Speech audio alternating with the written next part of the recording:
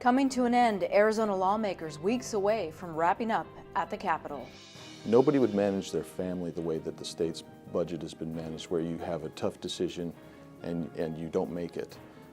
People understand that, I think. They understand that you have to live within your means. From the outside looking in, what political reporters observe this session. The session's just moved on at such a fast clip that, if there are fireworks, you're on to the next thing before before the first flare goes up. From the Arizona Capitol, this is Arizona Week.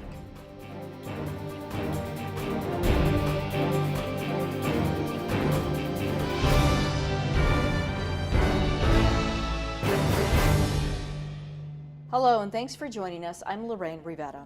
Arizona lawmakers winding down their work here at the Capitol. The highlight of this session's discussion, undoubtedly the $9.1 billion budget. Here's my interview with Senate President Andy Biggs. Some folks are calling this budget controversial. Do you think it's controversial at all? I really don't think it's very controversial. I think it's been misinterpreted by some, mischaracterized by others, but I think we have a budget that I believe is structurally sound, structurally balanced, moves us to the structurally balanced place we haven't been in a long, long time. And I think it's a hard budget for some, but I also think it's a budget that we can build on and things are going to be better going forward. I think a lot of the reasoning is because of cuts to education, higher education, K through 12 education. How do you respond to that? Well, I think that's part of what's been mischaracterized. Higher ed definitely took a cut. There's no other ways to characterize it. But at the same time, if you look at all funding sources for higher ed, they'll actually have more next year than they've ever had before. Did we take a lot? Was it painful? Absolutely. I'm not denying that. K-12 is another story. There's a few districts that took a haircut or have a problem. But by and large, most districts were held flat or have a slight revenue growth from the state. That's been mischaracterized as a cut. And so when we look at the net overall, there's about $100 million new money coming into K-12 education. Now that's not a lot. That's not what everybody would have liked to have, but let me tell you, there are agencies and departments who really are being cut. And they would have, quite frankly, be pretty happy if they had been held flat or a slight growth like K-12 has been. In layman's terms, how do you tell families out there that these cuts are necessary, though, as you admit, they're difficult, but they have to happen sometimes? Well, I try to explain it this way. I try to say, look, where we've been is unsustainable. And the reason that we have to make these cuts now is because, as for the last 8 years, we made some hard decisions 8 years ago. But we then papered over literally billions of dollars of deficits, and now we are spending over $100 million a year just in interest on bonding and loans that we had out there that could be used better, and so we need to move forward. Nobody would manage their family the way that the state's budget has been managed, where you have a tough decision and you don't make it. People understand that, I think. They understand that you have to live within your means. In the last couple of years, ASU President Michael Crow said that Arizona was not producing the number of college graduates necessary to keep this state moving forward. So how do you maybe compare those numbers, I think his number was approximately 30,000, to what the state needs, and then given the cuts to higher education? Well, you'll find that when we've made reductions in higher ed before, you didn't see a reduction in the number of graduates or the number of students coming in. In fact, we continue to see growth. So you will continue to see students coming to ASU, U of A, NAU. You'll see them continue to come. We have other universities that are actually growing, like Topsy, and that's like Grand Canyon University, which is growing tremendously. We are increasing our number of graduates that are coming in. I think when Dr. Crow says that, I think he's focusing on engineering and STEM type of graduates, and that I don't disagree. We want to increase those areas, and the way we increase that is to build the, if I can put it this way, in a sports metaphor, we need to build that feeder system, and the feeder system is K-12 education, which continues to be, quite frankly, the priority spending for this state, and including the budget that's been so roundly criticized. It's still 42% of our entire budget, which is pretty consistent where it's been for many, many years. That's of general funding. So as we build that system, if we can start focusing on that, and I think that's what Governor Ducey really wants to focus on, we'll see more engineering, more science, technology, and mathematics types of students coming forward. Do you think some of these STEM companies watch what's happening within the state budget and think maybe this isn't the best place to relocate to Arizona? I've never heard that. In fact, I've heard just the opposite as I've talked to, for instance, when Apple is coming in, we've talked, and GM when they were coming with their Technology Innovation Center. What they've told me is that Arizona has tremendous resources of students coming out in those areas. And we see it whether it's Raytheon down in Tucson, Boeing, and these other companies I've mentioned. They're hiring Arizona university graduates because they're highly qualified, highly skilled. I'm not hearing any of the warning signs. Okay. Arizona continues to have low tax rates, but California, for example, has maybe higher and maybe a stronger economy. So are businesses looking at that and thinking, is Arizona the place for me, or should I go somewhere else? Well, I think what you're seeing is California's economy, frankly, is the seventh largest in the world, and so that's our nearest competitor. But what you see is a lot of California companies continue to flee California because of the tax model that you have, because of their education system is perhaps in trouble. But I don't think that's the reason. I think they're looking for states with friendly tax environment like Arizona, and they're coming to Arizona yet. They're going to Texas because Texas has a similar kind of tax structures that we have. They want to be in these states, and Arizona is fortunate to be well positioned to receive these California companies that leave. And we're still seeing that happen. Republicans have long been in the majority here at the Capitol, and it's been an uphill battle for Democrats. Here's more from our sister station, KAET in Phoenix, and host Ted Simons. Here to talk about what's left to be done at the Capitol and what they want to see done before lawmakers go home is Senate Minority Leader Katie Hobbs and House Minority Leader Eric Meyer. Good to see you both back here again. Thanks for having us. Let's start with the budget. We haven't had you here since the budget was passed. Your thoughts? Well, it's a bad budget. It takes Arizona in the wrong direction. The governor has said it's balanced, and it's not balanced when you shift those costs onto municipalities, hospitals, schools, and the poor. That's what this budget does. Impact Democrats had on this budget, if any? Well, one Democrat voted for the budget. Yes. How do you explain that? He traded for something for his district for it. I don't think it was a very good trade. Okay, and how does the caucus feel about it? Is he still with the caucus? He's still a member of the caucus. Okay. He hasn't participated in caucus activities. Oh, interesting. All right. Your thoughts on the budget? You know, we passed a budget in the dead of night that actually none of us had seen. We waived the rules so that we could pass it. It made cuts again to education, higher education, the community colleges, our hospitals, and providers across the state, and actually gave some more tax cuts as well as invested in our prisons. So in my mind, and I think a lot of voters' minds out there, because we've been getting a lot of emails and phone calls, they're not happy about it. And yet the governor says, this is what I ran on, and more voters voted for him than the opposition. Couldn't have been much of a surprise. Well, he ran on supporting public education, and this budget doesn't reflect that, both at the university level and the K-12 level cuts.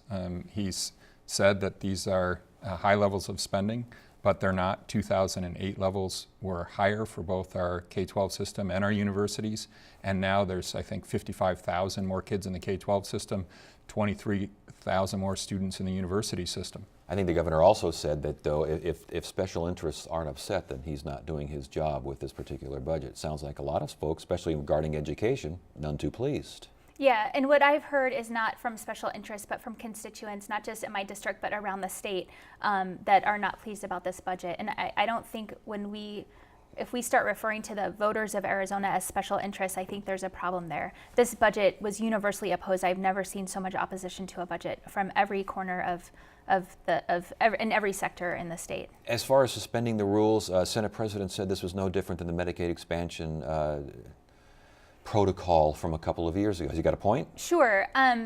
This is the way we do budgets at the legislature. That doesn't mean it's the right way that we should do a budget. This is the most important document that passes through the legislature. It reflects our values and priorities as a state. And when you have to cram it through in a really quick process so that you don't lose votes without any public input, very little opportunity for public to weigh in on the impacts it will have, with major policy decisions that affect a lot of people, that's not the way we should be doing it. Okay, but when the Senate President says, though, that this was done Medicaid, did you disagree with that process as well? Well, I think we worked with the tools we had available to us. And I think a big difference there is that Medicaid was something that had been vetted throughout since the governor announced it in her State of the State address, and had tons of public support behind. So it was a much more popular policy in terms of enacting it. And as far as an all-night session, again, Senate President says we went through this with Medicaid. What's the problem? Well, we weren't in charge back then either. I mean, we've been in the minority the whole time. We have asked for changes, for more openness and transparency. We've asked for the committee hearings like we used to have 15 and 20 years ago, where things were vetted in, the Education Committee for Education, Healthcare Committee for Health. And we've moved to this process that neither Katie or I have control over. We did support that budget because it was a good budget. It passed the Medicaid expansion. But again, we weren't in control of the process. As far as budget fixes, are any bills out there that need to readdress things? Well, I think there is supposed to be a trailer bill being worked on because this happened so quickly. There were problems. Some of them relate to funding of the Supreme Court, for instance. It's unclear how that's all going to happen. Again, we haven't seen that bill, but it looks like we're probably going to finish up within the next couple of weeks, so we should probably be hearing about it shortly. You expecting a trailer out of this? Yeah, we haven't seen any what it looks like or anything. But yeah, clearly there was mistakes made in the rush to get it out. So as far as other bills out there, I noticed that there was a bill to create the lieutenant governor position, and Democrats voted no. Didn't Democrats support this in the past? And if so, what has changed? I haven't had a chance to really look at the bill, but in my understanding is that it doesn't. Previous attempts have tried to replace the Secretary of State, and this one is creating a whole new elected office over the Department of Administration. And it went through the House, so Eric might have a better answer of why the Democrats voted no on it. Yeah, so it put whoever the lieutenant governor was elected in as director of the Department of Administration. So I think that was the concern. This person may be able to run a great campaign along with the governor, but they may not have the experience to do that job. Is that enough to offset the concerns regarding lack of continuity with a Secretary of State succeeding to a governor's office? Well, it was in this case for most of my members in the caucus. So I don't know that this is better or worse. I think the idea that they'd be running one of the large agencies in the state was the issue. Last question, everything we've talked about tonight, obviously Democrats are in opposition and they're not happy with what's gone down at the Capitol. And yet, the governor won rather handily, and most lawmakers won rather handily. How do you explain the disconnect, if there is indeed a disconnect between voters and the legislature? Well, I think a lot of voters are seeing kind of now what the governor meant when he campaigned on balancing the budget, and that it would be painful. I don't know that a lot of voters are really happy with that. A lot of the folks on the majority side are really happy with the conservative budget that they were able to vote on as well. I think I would love to see a poll right now on Ducey's favorability among voters.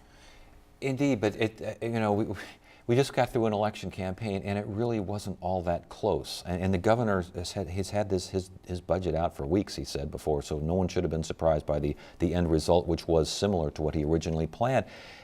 Is there a disconnect? Because a lot of folks saying, we sent these people in office to do just this. Yeah, I think in a sense that people need to understand that voting in the primary is important. Most of the districts across the state, probably 25 of the 30 districts, aren't competitive in the general election. And when they don't vote in the primary, you tend to get, and for both parties, legislators that are either lean more to the right or more to the left. So A, it's important to vote in the primary. Secondly, your vote matters. Voter turnout was incredibly low this time. And hopefully this will spur people to vote in 2016. There is opportunity to elect people that will vote to support education, our universities, and middle-class families. You just need to spend some time to figure out who that is. So I maybe a disconnect, but I think for me, in this now 7th year I've been down there, I think the engagement level now, the size of the protests, all those things that are going on is more than I've ever seen it. So we'll see. Maybe they gave the governor and the legislature the benefit of the doubt, and now they're questioning whether they were sold a bill of goods during the election cycle. The session expected to wrap sometime in early April. Joining me now, Mary Jo Pitzel from the Arizona Republic and Howard Fisher from Capital Media Services, both political reporters. Thank you both for your time. Talking a little bit about where are the fireworks this session. Howie, are they here? You say they are. Well, we have had major discussions. Guns in public buildings, abortion restrictions. Certainly Common Core has been a hot button issue. But we haven't seen what will be the big blow up. I mean, in all the years I've been here, and I'm sure it's the same with Mary Jo, there's usually something that we haven't seen yet that will suddenly cause everything to come to a screeching halt. So we're waiting to find out what that's going to be. Maybe that'll be ride sharing. Maybe the wheels are coming off on this deal on how do you reconcile services like Uber and Lyft with traditional taxi companies. They thought they had an agreement, and a bill fell apart over the weekend, and there's a lot of work on that right now. And if there's been fireworks, the budget, my goodness. But that was more in terms of the speed with which it came out and people not having time to digest it. I mean, this thing is still being looked at and saying, what the heck is in this thing? But yeah, generally, I mean, the session's just moved on at such a fast clip that, if there are fireworks, you're on to the next thing before before the first flare goes up. And the budget thing is crucial because a lot of Republicans agreed to vote for this as an article of faith. Yet they admit, for example, there's a whole provision in there that somehow we're going to use the state's credit to help charter schools underwrite their cost of borrowing. Never mind, we haven't funded public school construction. But, oh, that's okay. The governor's people say, we're working out the details. Trust us. And that's how that got through. And the governor says the budget was out. Senate President Andy Biggs says people had time to digest it. They just didn't. Oh, I mean, if they're speed readers, my goodness. I mean, it was a 13-bill package. It was unveiled to lawmakers, not the public, on a Tuesday night. They started, they had hearings on Wednesday, and the thing was a done deal by dawn's early light on the Saturday. So yes, if you sat down and blocked out the rest of the world and read through these 13 bills, I guess you would know. But by the time you've read it, the time for public comment's long gone. And there's always things in there we haven't found yet.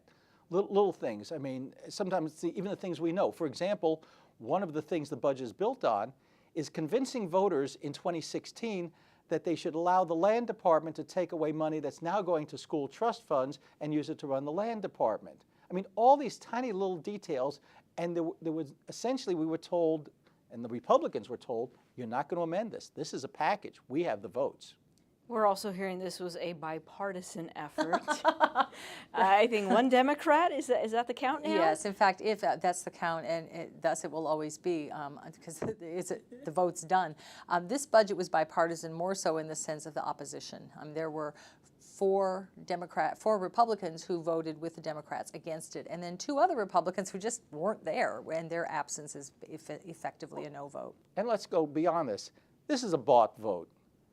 Essentially, even the night of the budget, they were adding money for roads on the Navajo reservation. So Carlisle Begay, who represents the Navajo Nation, would vote for the bill. I mean, for Republicans who say we don't believe in earmarks, that's exactly what this was. This was a purchased vote, period. But some people might say he's here to represent his district and he's doing what he needs to for his community. And that's true, and But certainly. you wonder, would he have voted for the budget if those provisions were not in it? Because there are other things in the budget that you can argue hurt his community. There are reductions in certain aspects of school funding, the cut in benefits, welfare benefits for the poor, and there are many low-income families on the reservation and within his district. So. There were other things in the budget that actually probably hurt his constituents. And Howie, is the landscape changing? Lieutenant Governor, Inspector General, I mean, what's about to happen here? Well, the Lieutenant Governor is one of those perennial things, goes back to the 90s, the idea that we should be electing the Lieutenant Governor as a ticket with the governor. So you don't have a situation where Jan Napolitano goes off, hightails it to Washington and leaves us with Republican Jan Brewer. Voters have rejected this in the past. I think they see this as unnecessary. They're happy with the way the system works.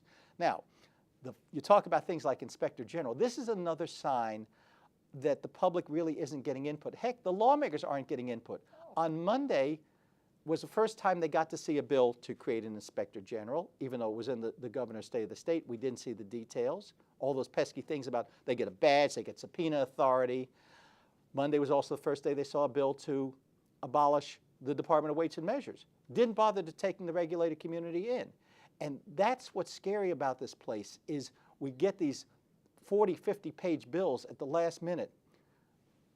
The lawmakers who sponsored it admitted they didn't get to read it. We certainly didn't get to understand all the things. And that's not good government. This idea of this 100-day session, shoving things out the last day of the last week of the session to hear bills in committee, that's not good government. Today, I just came out of a committee hearing, and Representative Stephanie Mock said, look, everything's moving so fast, I have no time to read these bills, to talk to people, and if I get hit with bills like that I'm not prepared on, I'm voting no. And she took a stand this morning on a bill. But there are a lot of bills that are coming out, mostly as strikers. We'll have one later today that will resurrect the idea of banning ballot collection. So it will limit a person's ability to return someone else's ballot to the polls. Big hot issue 2 years ago. It was subject to a citizen referendum, went underground, and here it is in the final weeks popping up. And there's other sneaky things. There's another bill up today that increases the amount of money that privately funded candidates can take from any one source. Somehow, this is the same time they're trying to kill public financing. But we got to be able to take more money from our business friends. That's the kind of stuff that occurs this time of year. New governor in town, how's he working with these legislators? Well, I think I'm working quite well with the Republicans. I would say Doug Ducey is getting everything he wants. To go back to the budget, the conventional wisdom around this place is that, you get a budget out and then they debate it and then something blows up and they go away and it comes back later. But you never pass a budget on the first try. Well, Governor Ducey said, here's, let's get this thing. I've got a deal with GOP leadership. Let's get this thing done in 3 days. And by gosh, they did. And I think we may see the legislature trying to help the governor in other ways. I'll give you a perfect example. There is a bill that has come out to allow people to have guns in public buildings, if they have a CCW permit, over here in the Senate. The thing has been scheduled twice for committee hearings and keeps somehow getting moved off. I have the feeling that this governor doesn't want that on his desk. Because remember, Jan Brewer vetoed the same bill 3 times. I don't think he wants it on his desk, and I'll bet he's trying to get Senate leadership to keep it from getting there. So there's a lot of working together on that. What is your perception of the governor's relationship with the media? I mean, here we are 60 days in the legislature. You two cover this the most. What are you seeing? Well, they're not always real quick on public records requests, especially for where I come from. A lot of my interest in the Department of Child Safety and the changes that are happening there. There's a lot that we're not getting yet out of that agency. His spokesman, I work for the Republic, so we're a larger institution. They're responsive at least to our paper. The governor, doesn't do a lot of one-on-ones with the media, but his spokesperson is, at least from my perspective, always ready to comment. Or no comment is more likely. Well, see, this becomes the issue. For example, the way we get the governor is we catch up with him. I caught up with him earlier this week at an event in Mesa to ask him about something in the budget. The problem with this governor is he has a canned response. Press 1 for my views on education. Press 2 for my views on the budget. And almost no matter what you ask him, you get the same canned answer. I asked him something specific on that land department funding issue, and he said, well, this was a difficult budget, and we've talked about our priorities in education. I said, Governor, you're not listening to the question. And so his way of dealing with the press is to keep repeating the same things over and over again and think that'll make us happy. Hey, I've answered a question. It may not be the question you asked, but gee, I've answered your question. Yeah, it's as if he hasn't come out of campaign mode. I mean, he did that a lot. You know, I get message discipline, but during the campaign, you'd ask him a question about A, and his response would be about B, and you could not get him to, thus we still, even, 3 months into his administration, we don't have a lot of details on one of his signature issues, which is how to fund the wait lists, and how to fill all these empty school rooms that he says exist around the state. We just don't have that plan yet.